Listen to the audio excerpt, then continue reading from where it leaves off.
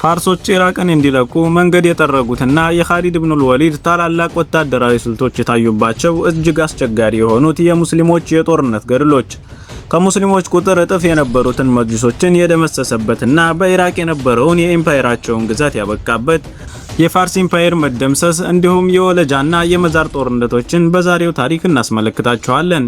ነገር ግን ቪዲዮውን ከመጀመራችሁ በፊት ቻናሉን ሰብስክራይብ፣ ቪዲዮውን ደግሞ ላይክ በማድረግ ጀምሩት።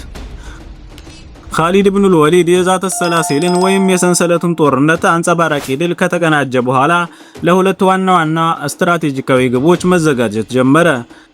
አንደኛው የሁርሙዝ ጦር በዛተ ሰላሲል ከተደመሰሰ በኋላ መንገዱ ክፍት የሆነላትን የኡቡላን ከተማ መክፈት ሲሆን፣ ሁለተኛው ደግሞ በቃራን ኢብኑ ቁባስ የሚመራውን ለሁርሙዝ ድጋፍ የመጣውን የፋርስ ጦር መደምሰስ ነበር። ነገር ግን በሙስሊሞች ከፍተኛ ፍጥነት ምክንያት ሊረዱት አልቻሉም።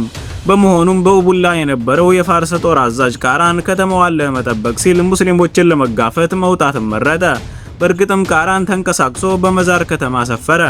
ጦሩም እጅግ ግዙፍና አስፈሪ ነበር። ነገር ግን ይህ ኻሊድ ኢብኑ አልወሊድ ነው። እነዚህም የረሱል ሰለላሁ ዐለይሂ ወሰለም ሷሃቦች ናቸው። በአላህ ፈቃድ ኪስራ አያቅታቸውም፣ ቄሳርም አይገዳደራቸውም። በዚህ አስቸጋሪ ሁኔታ ውስጥ የኻሊድ ኢብኑ አልወሊድ ወታደራዊ ብቃት ታየ። ሁለቱንም ግቦች በአንድ ጊዜ ለማጥቃት ወሰነ።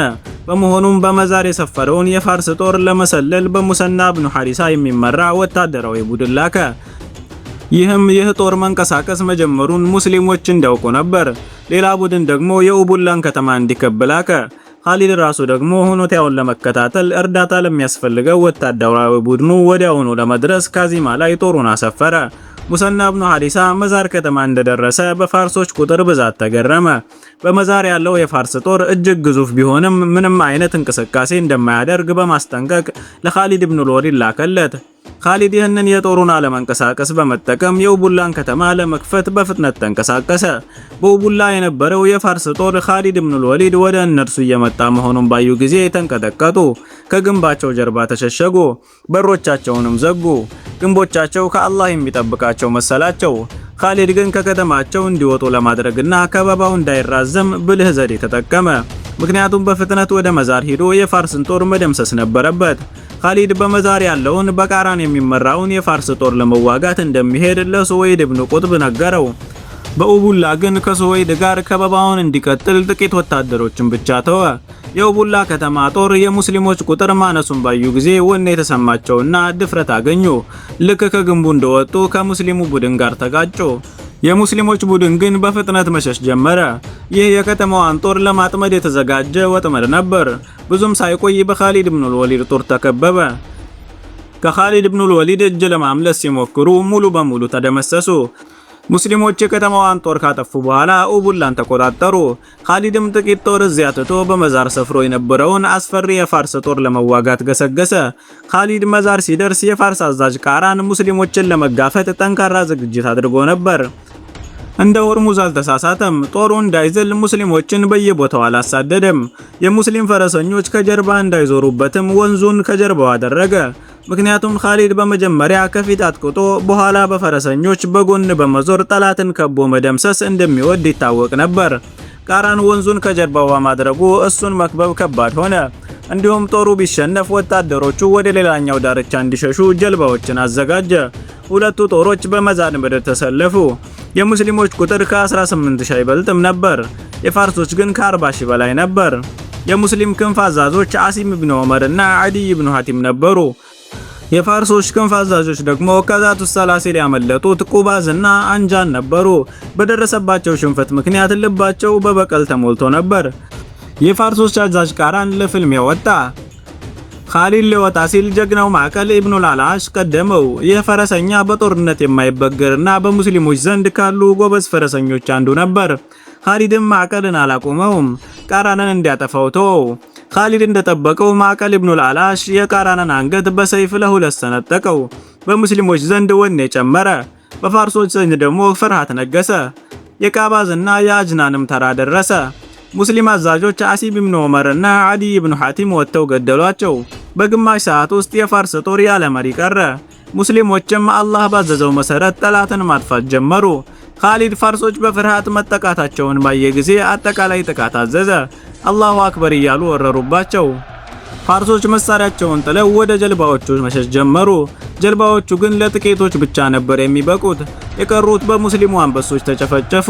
በታረዱት ፋርሶች ደም ምክንያት የወንዙ ውሃ ወደ ቀይነት ተቀየረ። ከ30,000 በላይ ወታደሮች ተገደሉ።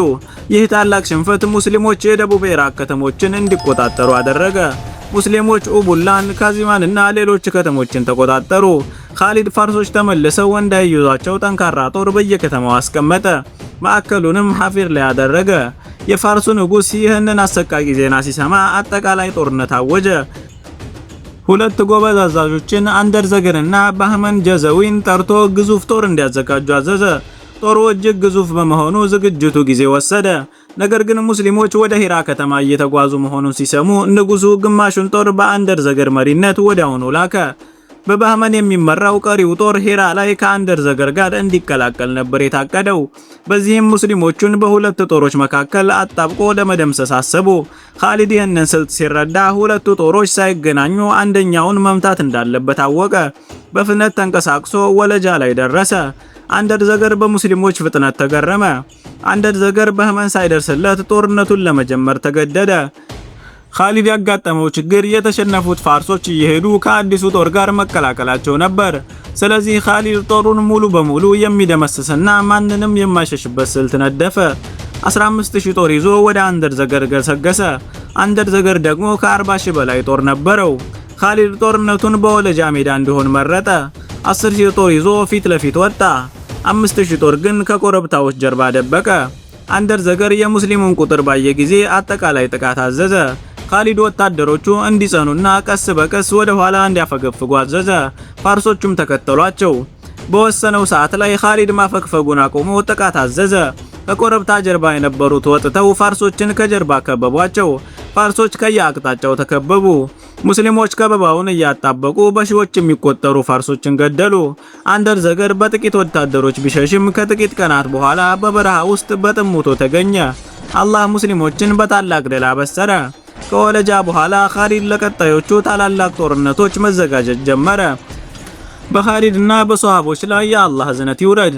ታሪኩን ከወደዳችሁት ቪዲዮውን ላይክ፣ ቻናሉን ደግሞ ሰብስክራይብ በማድረግ ሐሳብ አስተያየታችሁን ኮሜንት ላይ እንድታስቀምጡልን ስንል በአክብሮት እንጠይቃለን።